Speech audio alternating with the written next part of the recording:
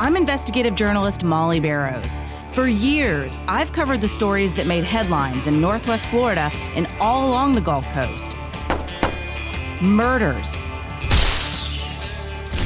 missing persons, and mysteries of all kinds. These cases are far from over for many victims because the full story has yet to surface. Join me for Gulf Coast Confidential, where I dive into the saltier side of the South and expose the lies, greed, and corruption that often weighs down the truth. It's time to turn the tide and get a shot at justice.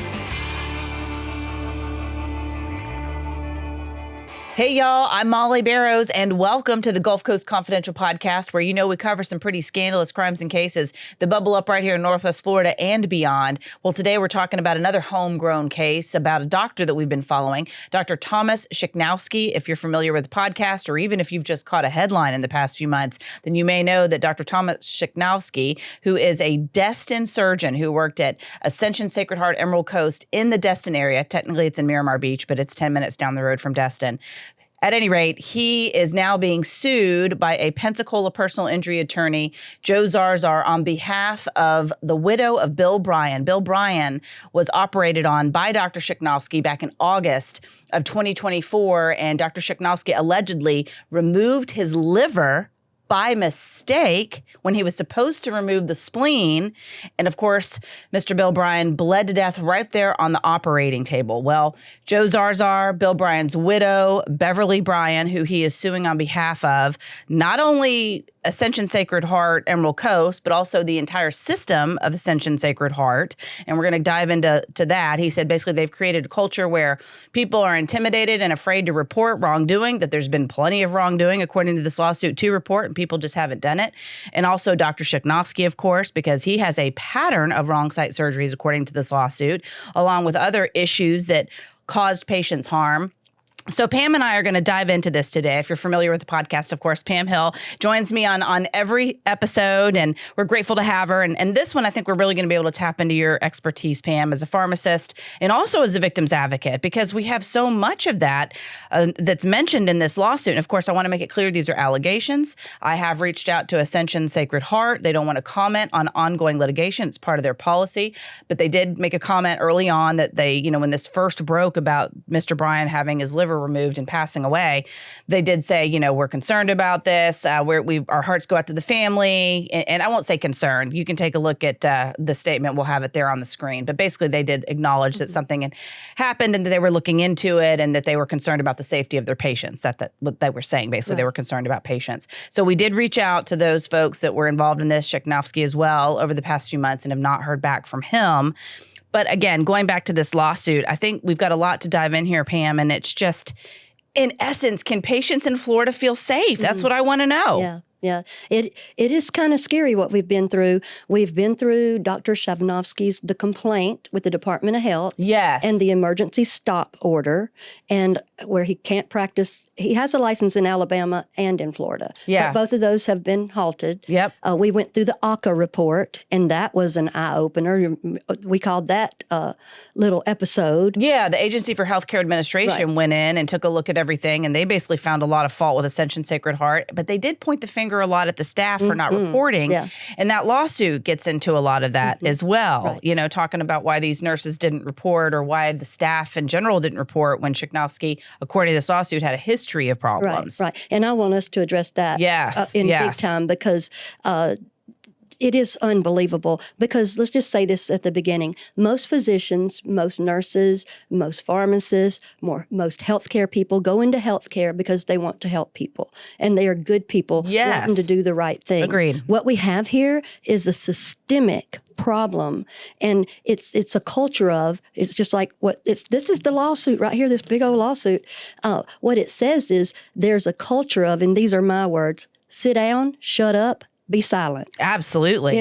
We don't care what you have to say. And so here's the thing, and we're going to get to the numbers in just a minute, but if a whole system doesn't see fault or wrong with a practitioner doing something, and they won't call them out or help them, something's obviously wrong. It's just what we talked about with Ben Brown. People don't normally go around trying to kill people and practice medicine while they're doing it. Now, some people are doing that by accident. All these physicians carry tons of medical malpractice dollars for protection. Insurance. Right. And every physician I know, that's their main complaint. My malpractice insurance is out the roof. Right. That's why people don't go into gynecology and OBGYN anymore, because it's out the roof. It's expensive. It is. So, I mean, some people do, obviously. But what we have here is a culture and a system that happened enabled all these right, mistakes. Right. Yeah, there's definitely a lot to unpack here, and that's why we're calling this episode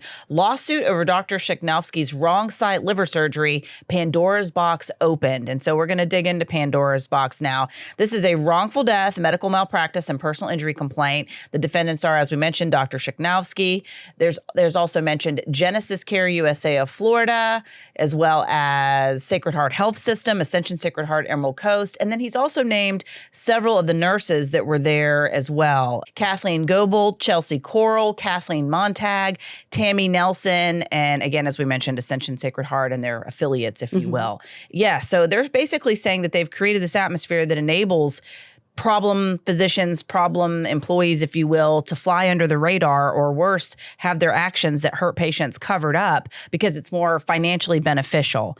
And that nurses who are often on the front lines of seeing perhaps surgeons or doctors that aren't performing up to their best, or worse, deliberately making mistakes, or negligently, I should say, not deliberately, but negligently making mistakes that they should have known better, perhaps. You should know where the liver is. You should know where it is in proximity to the spleen. That there's just this culture where they're not encouraged. In fact, they're discouraged from reporting. And it's interesting because I think Joe Zarzar makes a good case in this lawsuit, in my opinion, because he bases it on not just on the actions of what we see with Bill Bryan's case, but he goes back in the research of this lawsuit and he looks at Shaknovsky's record. We're going to talk a little bit about that. There's like about a dozen other incidences, one that involved an unexpected death that have to do with wrong site surgeries and just messing up in the surgeries and causing patients harm. And in one case, an unexpected death prior to Bill Bryan's situation. And then on top of that, we have this Dr. Heekin, who I had never heard of before this, but when I Googled him, I found all kinds of headlines stemming from the Jacksonville, Florida area. Ascension Sacred Heart has another facility, St. Vincent's in the Jacksonville area, where this Dr. Heekin worked. He was an orthopedic surgeon, and he faced the Ascension Sacred Heart Hospital affiliate over there was dealing with something like 522 lawsuits over this one particular orthopedic surgeon.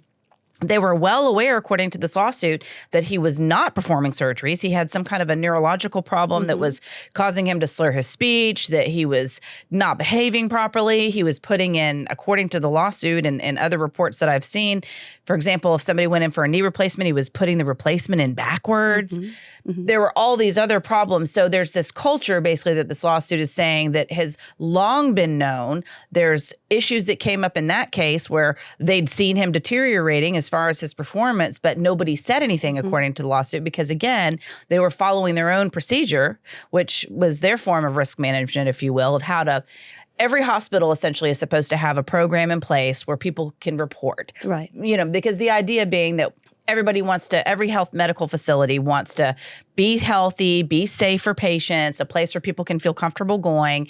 And if, as humans, we all make mistakes, then there's accountability procedures in place that hold people accountable, that document, that identify patterns of mistakes or patterns of problem behavior that can be addressed. And basically what this lawsuit is saying, with using the Dr. Heakin example and then following up, you know, basically on his heels is Dr. Shaknovsky, that Ascension Sacred Heart was aware that Ascension Medical community was aware that their system wasn't necessarily working, that there were flaws in it, that people weren't being encouraged to report, that mistakes were happening and they weren't being caught. Nobody was being held accountable for it. Coming on the heels of Dr. Heakin, you have Dr. Shaknovsky. So he's saying, hey, you're absolutely liable because you knew better and you did nothing to change the system that we think is broken. Otherwise, people would have complained and brought to attention that Shaknovsky has this history of problems. Right. And Dr. Heakin has that responsibility also. And Dr. Heakin, they said he had something called progressive supranuclear palsy. Okay. Now, his 522 lawsuits, let's think about this. 522 lawsuits is not 522 adverse events being reported. None of these have been reported. Most of the time you can take the lawsuits and go, well, maybe there were 50 other adverse events, but this one went a lawsuit. That is a big number. And there you are. He has a disease and he's in the mix every single day with the most brilliant minds in a hospital, and no other physician, no other CMO, no other CEO, no other attorney for the place, no other nurse, no other this, that, and the other reported him. Why not? How did that get past the Florida Department of Health? Also, somebody should have filed an administrative complaint. Or you hear me always talking about where was peer review, where was peer review, where was peer review. And that basically means as contemporaries and people that practice in the same setting, you know, if you came in here slurring your words and tearing up the studio and this, that, and the other, I wouldn't say come back 521 more times and let's try it again. You know, right. People that work in a kitchen, a health department hears something about their food or something, they don't say, well, here's 521 more chances. You know? Or even play, let's put it this way. We're playing a game. I played sports all my growing up years. If you're making a lot of mistakes, they pull you out and put you on the bench. They don't scold you and this, that. What's wrong? You're tired? You don't care? Your boyfriend's sitting in the stands. What's your problem? Right, you know, right. Nobody confronted these people because we have what's a demigod syndrome or the Messiah syndrome. So I have a hard time blaming the nurses, even though some of them did some things that probably wouldn't be what they normally would have done around a different group of peers. Anybody but these two, you know. So it's hard to tell the little RN, you've got to toe the line as far as legal stuff goes for our hospital because none of us going to do it. Right. I know. That's kind of what I took away from it as well. And even though there are some questionable actions by these nurses and the support staff, in my opinion, I think to the point of the lawsuit, there was a culture that encouraged that. And I guess another way to put it is it brought out the worst in people. Even if you would want to report it, like you said, nobody goes, I imagine, into the medical profession. They don't. That wants to hurt people. You know, they want to do the right thing. And so I think in this situation, plenty of people saw what was happening. They saw that Dr. Shaknovsky was standing on the wrong side of Mr. Bryan's body. There were so many things that were happening right there in that OR that everybody could see was a mistake, was concerning. And yet no one said, let's pull the fire alarm. Let's stop this Chinese fire drill. Get in another surgeon. Somebody stop. Let's see what's going on. Instead, it was just this feeling of watching a train go off the rails or dive off a cliff. And he, you know, as we've talked about in a previous episode called That's the Effing Liver, because that was a statement made by one of the people that was in the operating room. And that came from AHCA's report, the Agency for Healthcare Administration. Somebody said, that's the effing liver, when he had supposedly, because he was trying to convince everybody that it was the spleen. He even told the widow, according to that report, that it had migrated across his body and it was 4 times its normal size. And that's something that came out in this lawsuit. It was 5 days before Beverly Bryan knew the real reason for her husband's death. They told her that basically it was a splenic aneurysm and that he bled out because this artery essentially was cut and wasn't, you know, anyway, he bled out during surgery, removing his spleen is what they tried to tell her. They did not tell her that he had mistakenly removed the liver, even though they knew that day. It was almost like 2 separate incidences were going on. You also had your chief medical officer there. There were other hospital administrators there. They were aware that it was liver. And it wasn't until basically the surgical pathologist, and that was one of the nurses, by the way, who got in trouble because Shaknovsky said, label this liver a spleen. She did label it a spleen. She's one of the nurses named in the suit.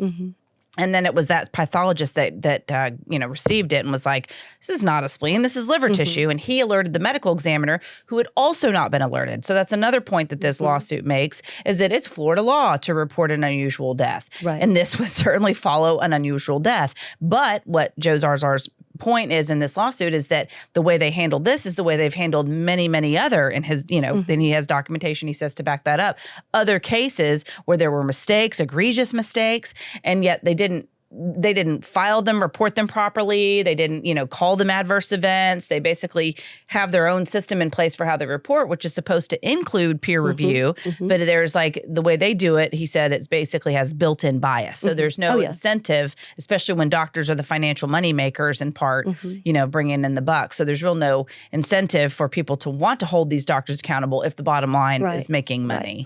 Well, and I'm going to keep going back to this. It's not the individual employees that should have to do that. I know from working in corporate American pharmacy, say if someone came to me with a misfill or something, and that happens in the pharmacy world, we've got certain things that we have to report, certain ways to write it up. Even they ask you, does the media know about this? Was the patient... That's indicative to me of like cover-up. Litigious? Was this, that, and the other? And basically, they teach you don't necessarily say it's your fault. You say, I'm sorry that you feel that way, which is a backhanded way of just going, People will almost forgive you for anything except killing them and hurting them past beyond. If you can say, I am sorry, and you know, don't make a fool out of them. But these nurses and techs and staff, every time they see Shaknovsky coming, and probably Heekin too, I haven't got to that part yet, but with Shaknovsky, they literally would get sick. And they even voiced their concerns. We're running late. He's decided to be all assy and run late and keep everybody going. Over an hour late. Always like that. And wanting to act like he's going to phone in like he's some sort of, stag surgeon or something.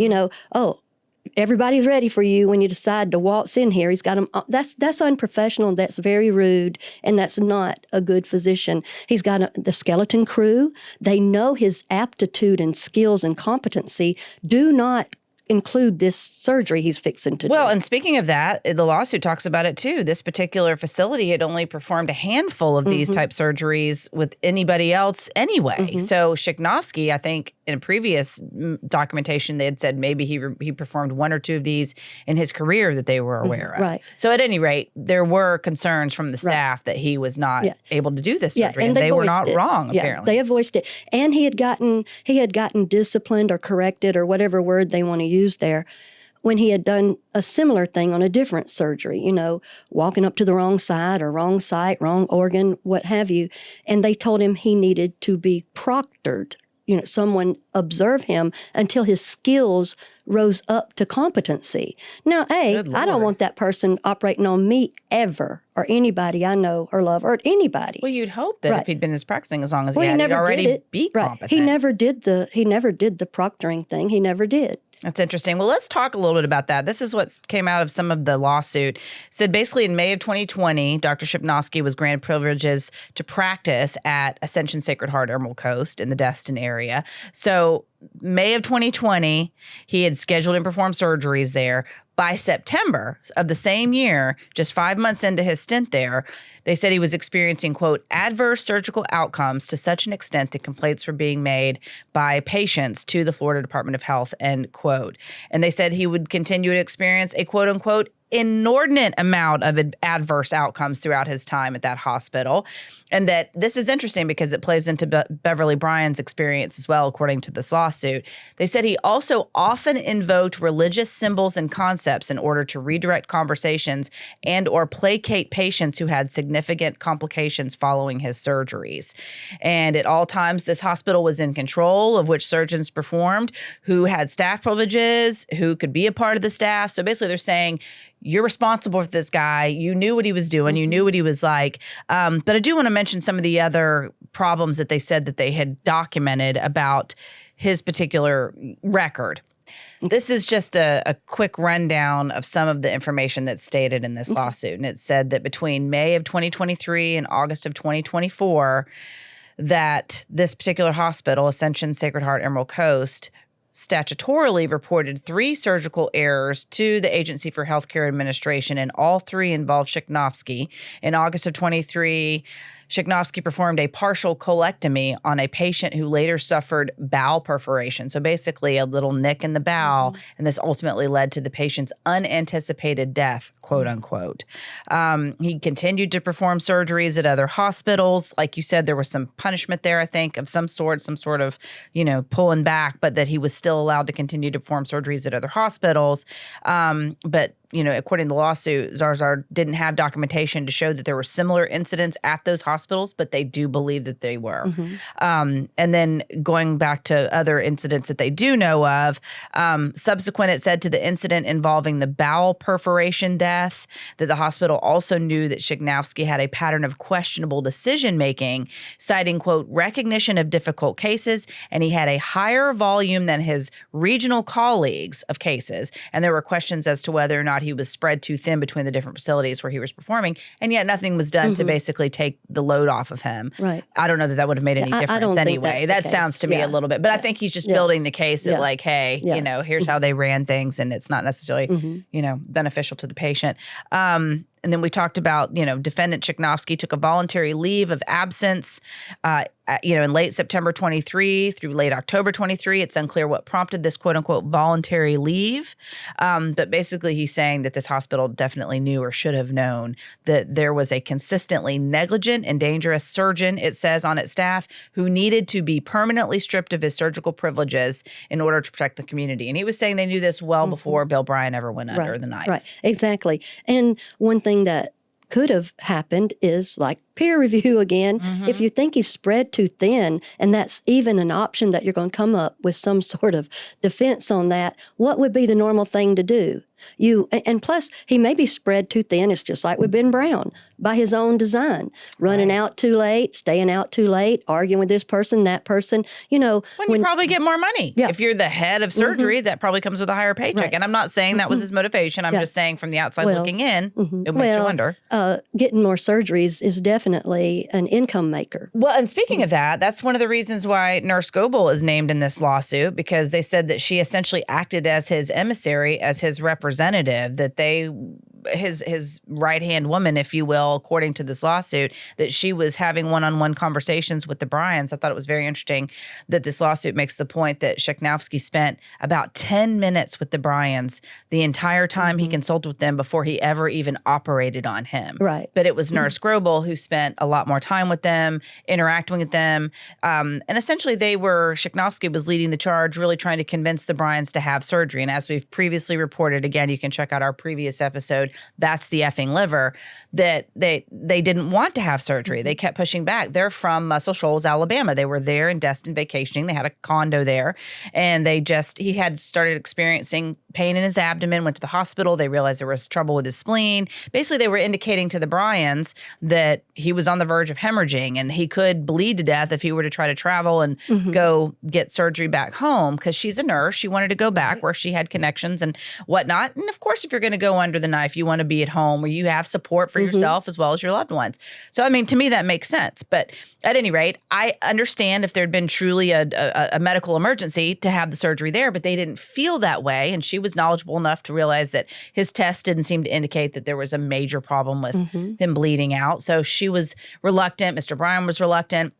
They didn't want to have surgery, and they repeatedly said no. Well, apparently it turned out that it was this Nurse Goebel, according to the lawsuit anyway, along with Shaknovsky and other administrators, who were really trying to talk to them about in their opinion, the medical necessity of it, saying that if they did leave, it would be against medical advice and putting pressure on the Bryans, essentially. And in fact, they use in this lawsuit, they use an example that when the Bryans finally do agree to surgery, there were some tests that showed, and you would know better than I do, but basically there were some test levels that Mrs. Bryan felt like, well, maybe they do have a point. Maybe we do need to go ahead, and I don't want him to bleed to death or start to bleed out. I don't know if this thing is bleeding heavily or whatever. In case, let's go ahead and do this. She Googles him. She tries to find any information about Dr. Shaknovsky. We've previously talked about another wrong site surgery that he had. Not even just that list that I talked about. That's just a partial list of some of the things that are actually included fully in this lawsuit. But a year before Mr. Bryan died, there'd been another wrong site surgery.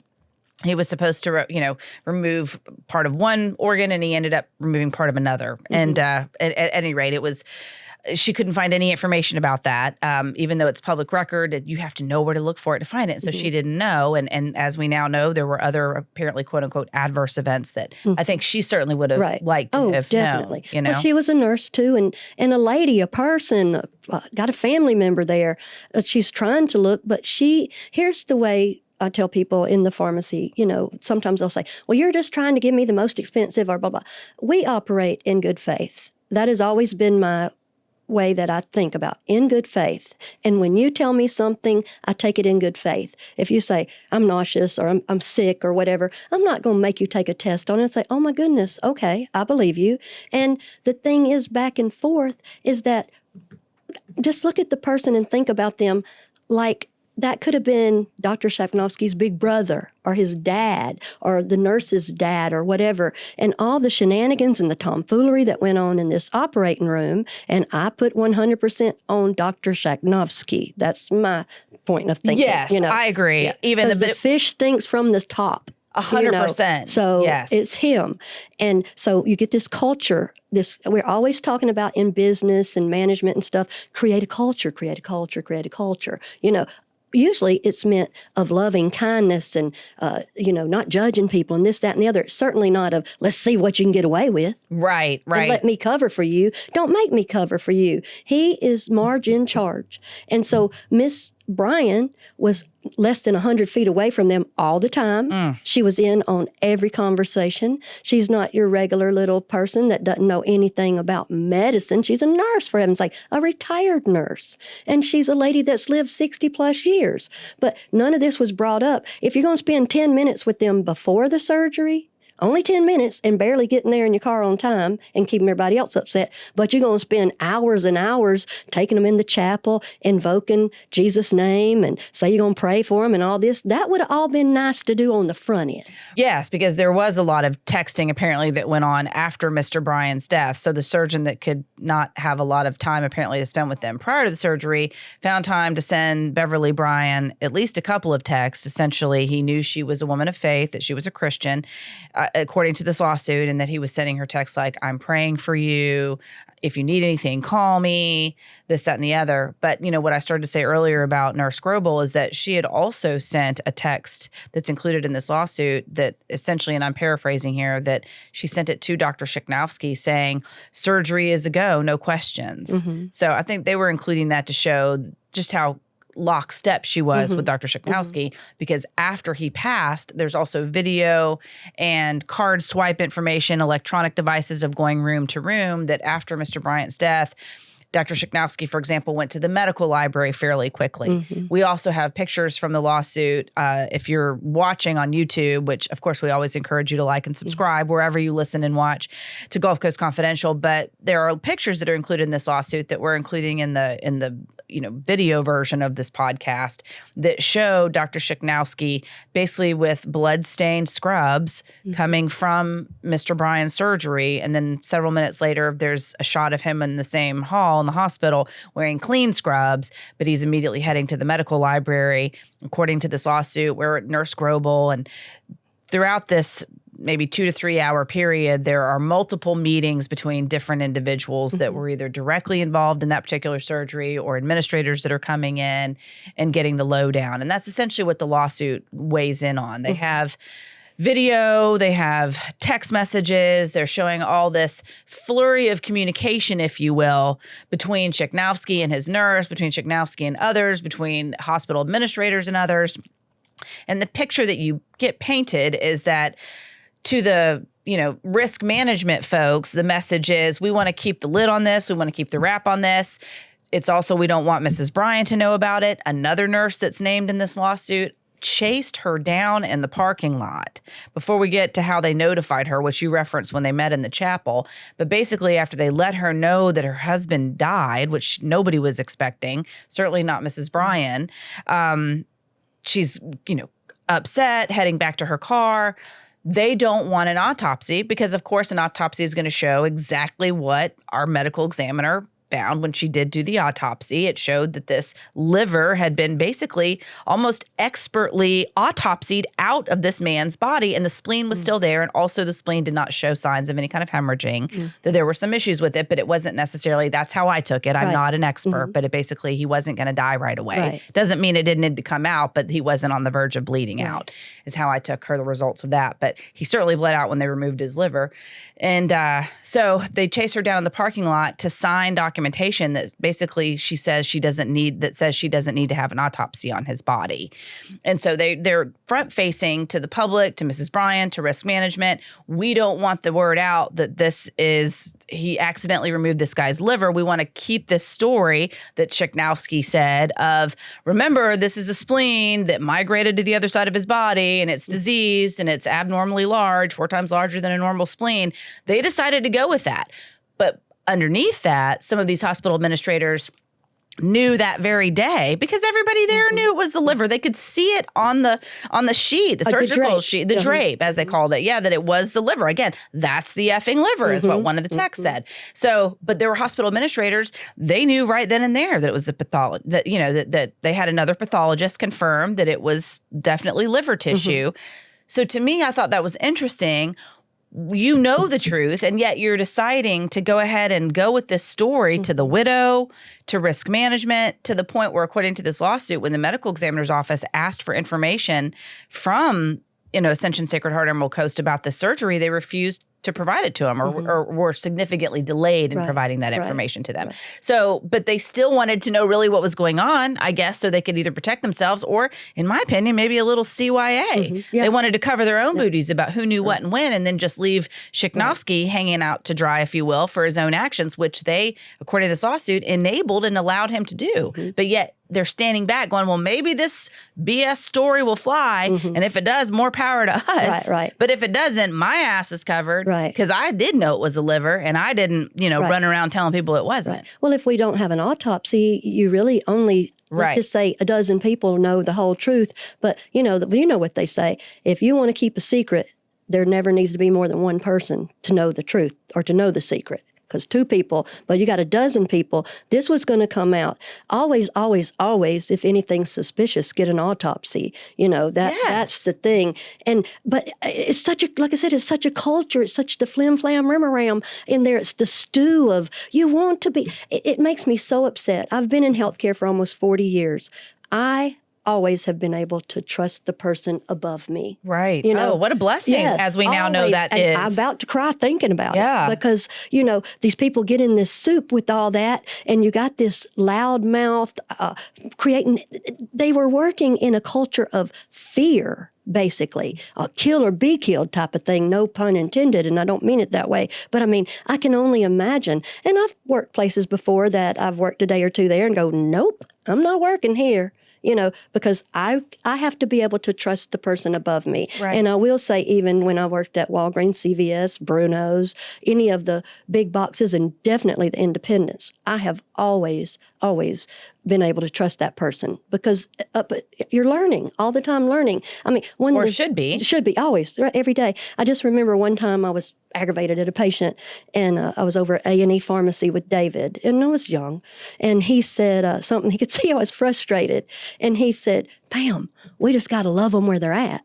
And I just about cried, because I am a very loving person, and I wasn't expressing that to them, but my contemporary, my peer, my friend basically helped me in that moment. Now, what their contemporary or their supervisor has done to them has put them in the, shh, be quiet, let's all get together. It's what I call the huddle up. We got the cover up and the huddle up.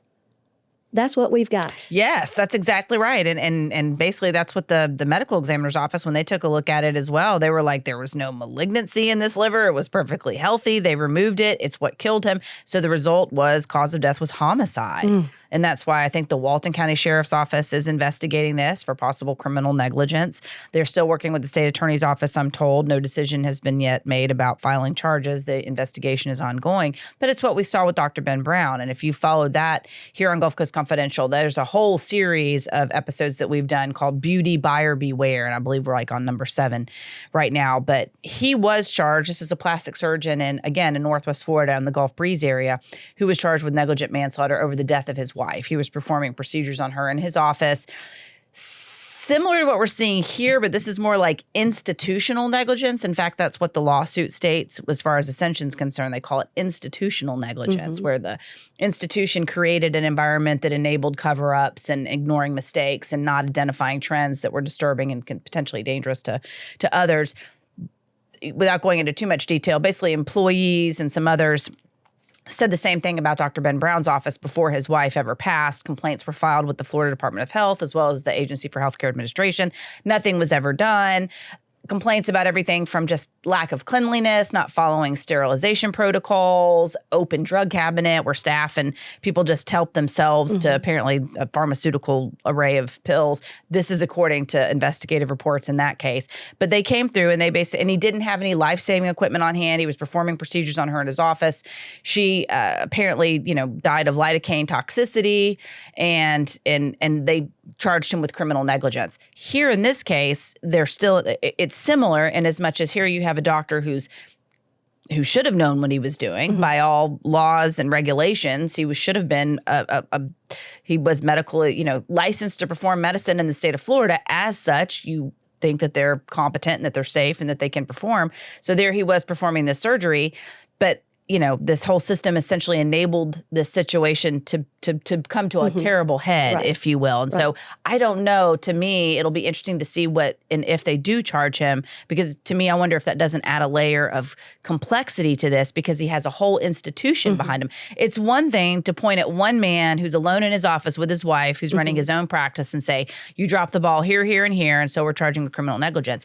To charge Shaknovsky, it's going to be interesting if they do, because then they got to say, you dropped the ball here, here, and here, but also by default, you're pointing to the finger of the whole institution around him that put this guy in the position to do that. Right. And it would be quite interesting if we were just starting with Shaknovsky, but we've got this Dr. Heekin stuff here. Yes, let's talk about Heekin, because that is a big part of this lawsuit. And basically, Joe Zarzar talks about it because he's saying this is the culture that was happening. It's, Ascension Sacred Heart at the facility in Jacksonville, using the same protocols that they're using in their other facilities, including Ascension Sacred Heart Emerald Coast, where Mr. Bryan died. And yet this happened with Dr. Heekin before Dr. Shaknovsky and Mr. Bill Bryan's surgery. So there was time to address it. They knew that there were these problems, and yet they didn't address it. And here we have a death. And that's essentially what, that institutional negligence he's referring to. So let's talk about Dr. Heekin. Wow. I know, right? When you told me 522 lawsuits, I said, I thought to myself, did you say lawsuits or adverse events or hiccups or whatever? So I went home to look it up. And this is over 2016 to 2020. Okay, this is a 4-year period. And he was an accomplished surgeon, I think, over like the clinic that was associated with them. So he went in there, as the name. And at one point, he was an esteemed, accomplished surgeon. Yes. And so, like I said earlier, he has, what they found out later, is he has that progressive supranuclear palsy, where a little bit of tremors and stuff. But what had been happening before is when he would, and he kind of, I think you kind of have to have a lot of confidence to be a surgeon of any kind. You can't go in there and go, let me see if I can do this, Right. Well, you don't want to be baby Jesus, but at the same time, you do have to feel confident in what you're doing. Exactly. So what had happened there, 522 lawsuits had come in over a 4-year period. So I'm a math girl. So I said, okay, 522 over 4 years is 131 a year, which is 11 a month, which is every third day a lawsuit is being brought against these folks. Right here. And yet it was they were still making more money by keeping him than they were by defending these lawsuits. The lunchroom lady knows there's these lawsuits because there's that every 3 days. Don't you know someone in risk management should be pulling out their hair, or someone in the credentialing and stuff? And that's something we didn't talk about yet, but that's at the beginning. The credentialing process is being called into effect here. Like, what's going on? Where do you get these guys? Now,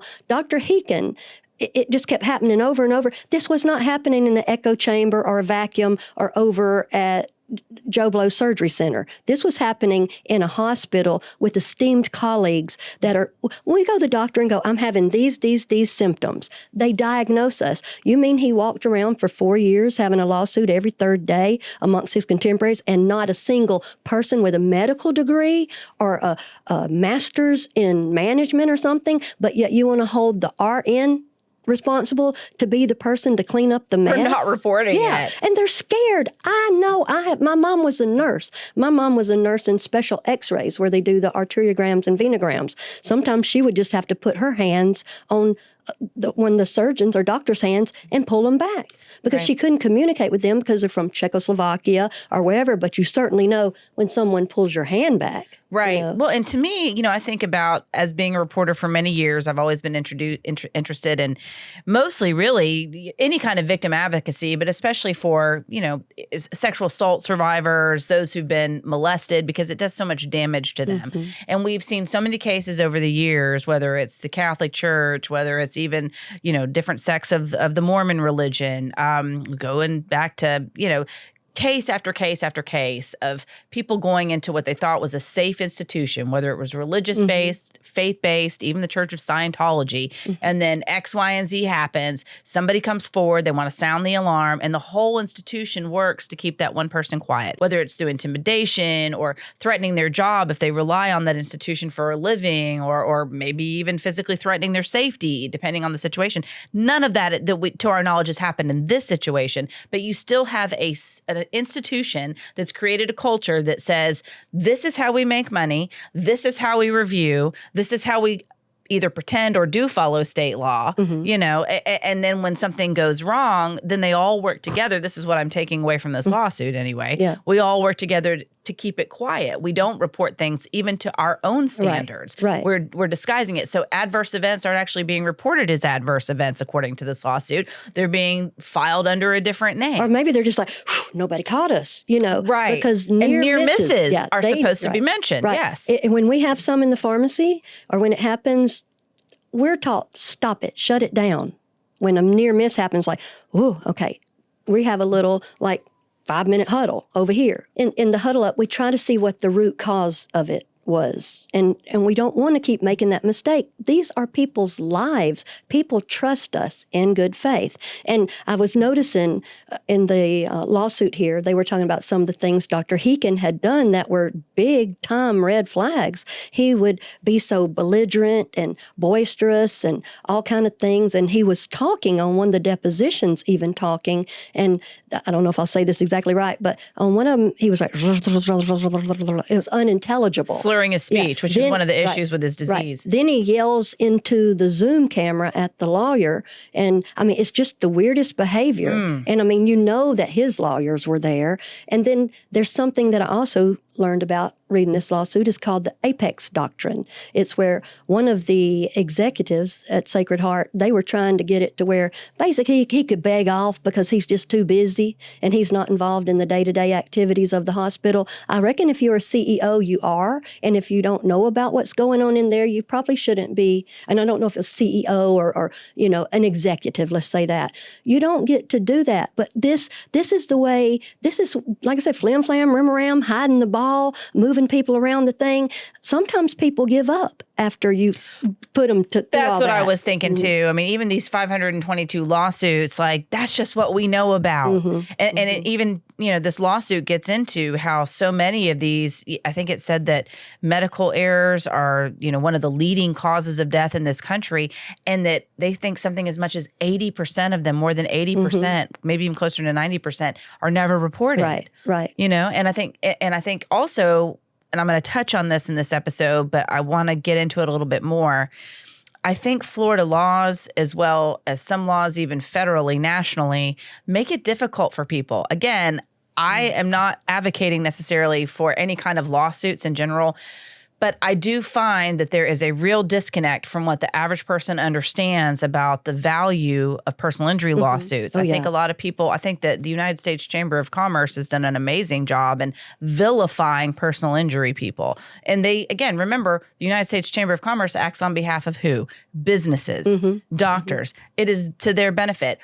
I'm all for good business too. That's if they're doing the right thing, if they're actually putting people over profits. I think what we're seeing in this lawsuit and story after story is that you can't necessarily trust that that's what they're doing. And that's why we're supposed to have state laws as well as federal laws that give people protections. Well, in this country and in this state, especially in this state, they have limited people's ability. Talk about the free kill law. If you're not of a certain age, if you don't have, dependents on or children or people that are relying on you, Beverly Bryan can sue on behalf of what happened. And by the way, personal injury lawsuits are one of the only ways that you can have something done. The Department of Health can restrict his license or suspend his license like they did in this case, and so can Alabama. But if we hadn't talked about this, and we meaning the media, if she had not hired an attorney who put it out to the media, there's a good chance, as demonstrated in this lawsuit, that he would have continued to be practicing.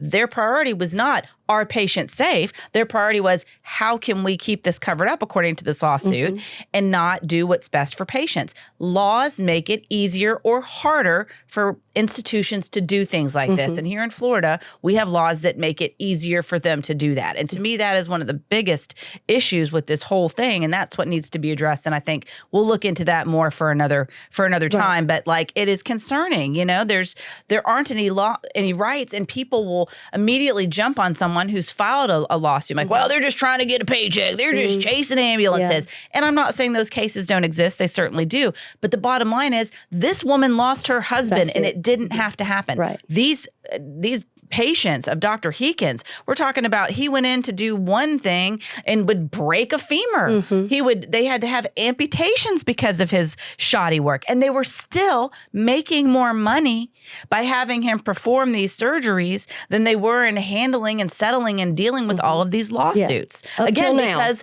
Florida law made it easier for them to do that. These quote unquote ambulance chaser attorneys that people like to throw under the bus, I call BS on that. They're on the front lines. They see how these laws work. People want so much instant gratification, and they don't want things to be simple. Anybody that tells you dealing with things like this are simple, anybody that tells you dealing with government is simple, clearly has not really ever tried to start a business, or even deal with a lawsuit. But, things take time to get to the bottom of what happened. Maybe they'll look at the bottom of this, and the Walton County Sheriff's Office, for example, investigating Shaknovsky, may find that he's not guilty of any kind of negligence. We'll see. We'll have to wait and see. But all I'm saying is, it takes time to get to the truth. It takes time to ferret out what's happened. But if laws aren't in place to protect people and to hold institutions and businesses accountable for providing safe care, whether it's medical care or a safe product, then people don't have very much recourse. The government has a very limited role in allowing these doctors really to practice or to put safe products out. And if something goes wrong, if you don't hire a personal injury attorney to take a look at it, you really don't have a voice. Well, I mean, we see that 522 times it didn't matter, and there's not hardly any evidence of it. Where are the adverse event reports, or where are the discipline? Where's the Department of Health? I mean, we got Dr. Heekin and Dr. Shaknovsky coming in here like the skunk at the picnic, and everybody else is supposed to do everything about it, and that's just too much. Dr. Heekin's, one of the nurses or one of the staff had even told them Dr. Heekin had sold himself in public, and they were questioning, hey, he needs help. They weren't coming at him like this, that, and the other. They were saying, he needs help. There is, in each profession, there are a provision to be able to report a practitioner that you think is impaired. And let's just don't go ahead and call it the addiction or the alcohol impairment. There's behavioral contracts that they put people on. I have a friend that's been put on a behavioral contract because he's pretty arrogant to begin with, but he had some psychological issues. He got help, and he is a fine surgeon, but he did not need to operate during that time. And at first he was mad, but they put him on contract and helped him. Dr. Heekin, when some of these people were coming back to him, a lady brought her mom back and putting appliances in backwards and all kind of stuff like that. He basically told her 2 words, "You're toast." That's why I got a piece of toast right there. Yes. And in fact, going back to that, I saw that about Dr. Heekin, and there was a similar allegation made in the lawsuit against Shaknovsky. One of a dozen or so incidences that they cite in that lawsuit, one of the patients complained about Shaknovsky's work, and he said, you better pipe down and not report it to an agency. Otherwise, you're not going to get proper medical care for what's wrong. Oh, I mean, that's a threat. That's a threat. In my opinion. Yeah. Well, and then you see why he's saying that to the patient who's paying him. Can you imagine being the scrubbed-in RN or the operating room tech or the anesthesiologist or the contemporaries? That looked like a beehive in there to me, that OR. Yes. A fracas-filled beehive with a liver sitting right on top of the drape. And then what are the other folks supposed to do when the person that did the offense, it's like standing around somebody shot somebody. You know, he's shooting, you don't want him to shoot you either. You're just kind of like pulling back and going, this is a hot mess. Well, and it's bigger than just one individual person. They could have sounded the alarm, but they're already, knee deep in a system that's brought it to this point anyway. For them to sound the alarm now, they're just going to be the lone voice. Right. I just hate it. I hate it for Miss Beverly Bryan most of all. And they broke the news to her in the chapel. And again, that's a point that I wanted to make earlier. We talked about him invoking how he said he's with he texted Beverly Bryan and said, praying for you. He's with the Lord now. He's in a better place, which is just nauseating considering, what we know happened, and he wasn't taking any responsibility for that, not to her, not till she found out later. And in fact, when they came up with that story and agreed to it, according to the lawsuit, they're basically standing there with some of the staff that was involved in that surgery and saying, this is what we're going to say. This is what happened. It was the splenic aneurysm, not the fact that he removed the liver. They said that one person in that group physically threw up. They got ill. And I get that. I mean, you're just in such a horrible situation. You've just watched a man essentially die in front of you. Well, he did die. There was no essentially about it. He died in front of them, and it was a preventable death. He did not need his liver removed. Nobody was prepared for that. He was supposed to take out the spleen, and then boom, there goes the liver, and there he goes bleeding out. So, of course, they're going to have a physical response to that. But invoking the religious symbols, invoking that, and according to the lawsuit, that was because he knew she was a woman of faith, and he thought that that would be the best way to sell her the story. Going back to the guy who was complaining about his outcomes, and Shaknovsky did not take the faith route. He took the threat route. So it makes you wonder anyway, just, is he evaluating these people and how he can push back? Well, I think human nature is to figure out, what you can connect on, but certainly it shouldn't be, how can I manipulate you or whatever, but he's very good at that, manipulating and pushing people off and keeping everybody scared and stuff like that. I brought that yellow duck, I brought that yellow duck right there. Why? Because there's something in psychology that's called, you've got a duck on your head. And if 100 people tell you got a duck on your head, 522 people tell you got a duck on your head, you have a duck on your head. So why are we pushing back? Right. He's got a duck on his head. Shaknovsky's got a duck on his head. This magic pencil right here to erase things or wherever they are. And I just don't understand it. Now, I'm not sitting here saying I'm brilliant and understand this, that, and the other, but I certainly understand forgetting to report one event, or maybe 10, or maybe a dozen, let me just say 100. But forgetting to report 522 events is not acceptable. Right. And just like in Shaknovsky's case, they're saying that financial motivation was probably part of the reason that the system existed like it did. Why, though? I mean, they make so much money anyway on I don't know. Why I'd love to know. would you sell your soul? It's so discouraging to me. It hurts me so much because I love healthcare. I love everything about it. I love the nurses, the doctors, everything. But I don't like this. I know. Well, and they talked about the separate lawsuit that was filed, and all 522 lawsuits were basically put under one umbrella. So this one umbrella representing all 522, that suit alleges that St. Vincent's, which is the name of the hospital where he worked, actually profited from his surgical mistakes because patients he injured would then be sent back to him for corrections. So in court records, the health system denies all of this. So of course, Ascension has pushed back in this case, and we have it on the record, because the suit's been filed basically saying, no, we're not guilty of this, blah, blah, blah. I think that they're going to be going to trial in the fall is what I saw. So we'll see what happens, and we'll follow Dr. Heekin's case. But I was looking because, of course, this has received a lot of coverage in Jacksonville. And I found a story that one of the news outlets there had done. And I was looking at the comments. And it's partially why I addressed the ambulance chasers, because I saw what, in my opinion, were a lot of ignorant comments of people who didn't really read it. But, not everybody has the time or the life experience, if you will, to sit there and dig through all these lawsuits and understand that things are not necessarily as simple. Sure, there are ambulance chasers again, but in this case, I don't think so. Yeah. So after I moved beyond the ridiculous ambulance chaser comments, because this guy has done some horrendous things, this one I thought was interesting.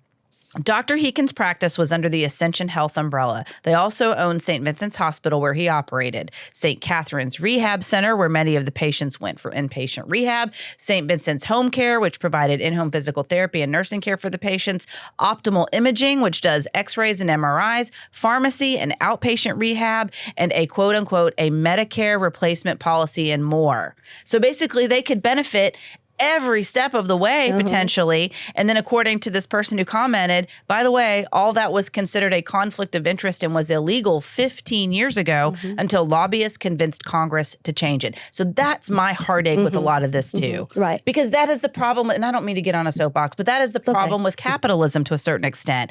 I want businesses to succeed. I want people to flourish. But if it left unchecked, if greed is the motivator, even if it's disguised under healthcare or altruism in some way, if there are not laws to provide oversight, then the worst in people ends up showing up and taking over, you know? Well, and also amongst the reading in here, also, they said they put all those 522 into one case so he wouldn't have to fight 522 cases. Well, he did 522 wrongs. Right. You know, that's my thought. And so now they're saying, well, what we're looking at is a 10-digit figure. That is a billion with a big old B in front. So I don't think they've made $1 billion. And plus, this has been the worst thing. This is not a good thing. We've talked about this on, we haven't released this yet, but with the pharmacy folks, the PBM, the pharmacy benefit managers, where they jump in the middle, and it's just so nasty to me. It's like greed, money, money, money. Oh, you died, no big deal. You know, everybody's disposable. The free kill law.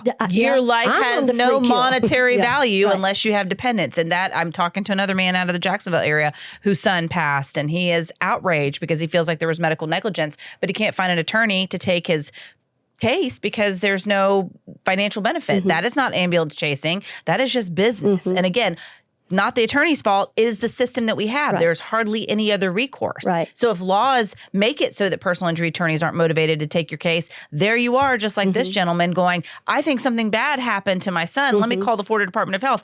Oh, wait, I'm not hearing back. Oh, wait, they say there's not a problem.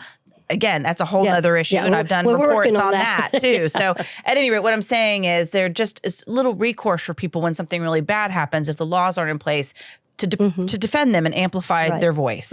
And so what pattern are we looking for? How many things make a pattern? 522 Good makes Lord. a pattern to me. I'm not good in math, but it seems like I am good in math. You are, yes. I mean, like, a pattern is that. So, I mean, like the free kill, like you were talking about, a person like me that has no dependents and something happened to me that was negligent or what have you, my sister can't sue on my behalf because you just don't matter. Right.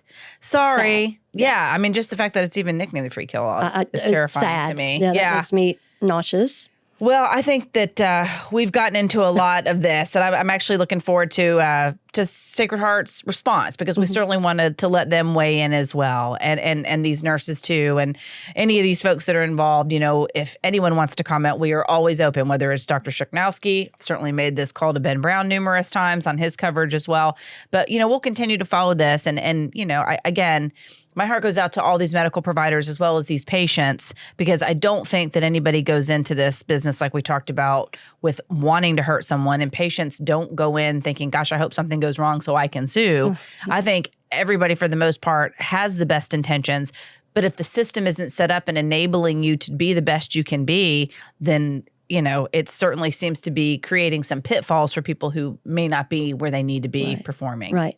And just bottom line here, like you said, most people are good practitioners. And one thing I just hope folks keep in mind is just keep it simple.